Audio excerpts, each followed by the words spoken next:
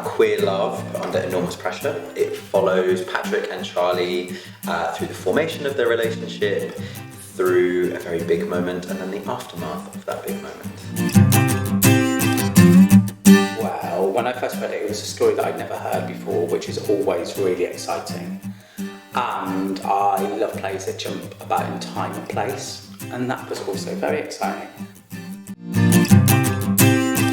So there's some personal experience in it as well. It's a topic that has touched my family's life, but I also wanted to write a story about queer joy.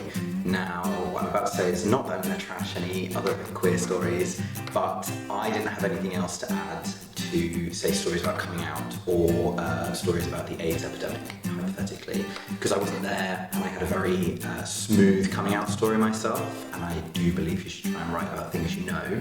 And I've had lots of queer joy in my life, so I wanted to write a story about queer love, celebrating how normal it is, but then also putting it in a situation that lots of people may find themselves in.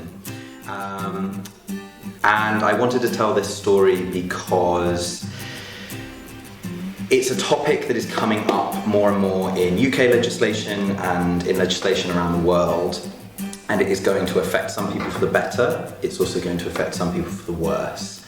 So I want people to come and see it because I want them to make up their own mind and then have those talks with their own loved ones.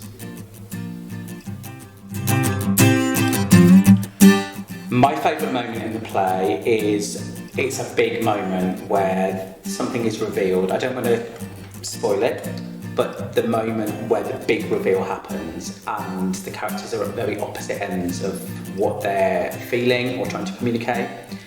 And that's really exciting for me because it's about then how you navigate through that very complex, difficult conversation. That's, for me, it's the catalyst. Oh yeah, my favourite moment is when the boys first meet. Absolutely when the boys first meet, because I think everyone can relate to when you find somebody very attractive who you think is out of your league, and the way that particularly one of the boys acts in that situation. So I'll start with Charlie. I think my favourite characteristic or trait of Charlie is that they are eternally optimistic. Loads of things that get thrown at them and they just deal with them as best as they can, and they're also pretty cheeky as a character. I wanted to write a character that everyone would fall in love with. Manifesting that person in my real life. And then what is my favourite thing about Patrick? My favourite characteristic of Patrick is, and I mentioned it a bit earlier, but I think he's just very relatable. I think he's quite clumsy, sort of feeling his way a little bit through life and through the world.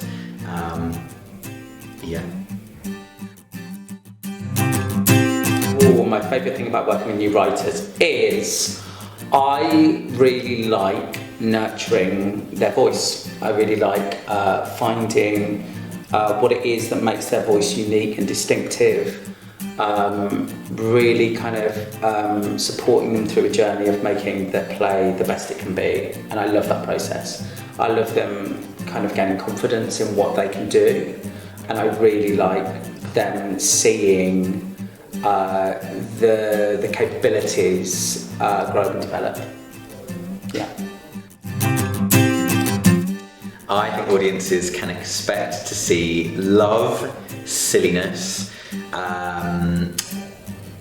big decisions, painful decisions, and somehow, through the magic of Scott, they will also see time travel. Hopefully. That is in your arms. I have no idea how you're going to do it. I'm like, this will just work. People should come and see Smörgåsbord because it is a play that will make you think beyond seeing the performance. It's something that will really open up a line of questioning that you might not have considered. I think it's a really interesting and provocative piece, so I think it will get you thinking.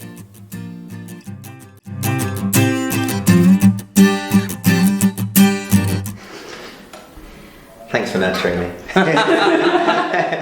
I'm not creative. I steal everything from my own life. Stop that. Great.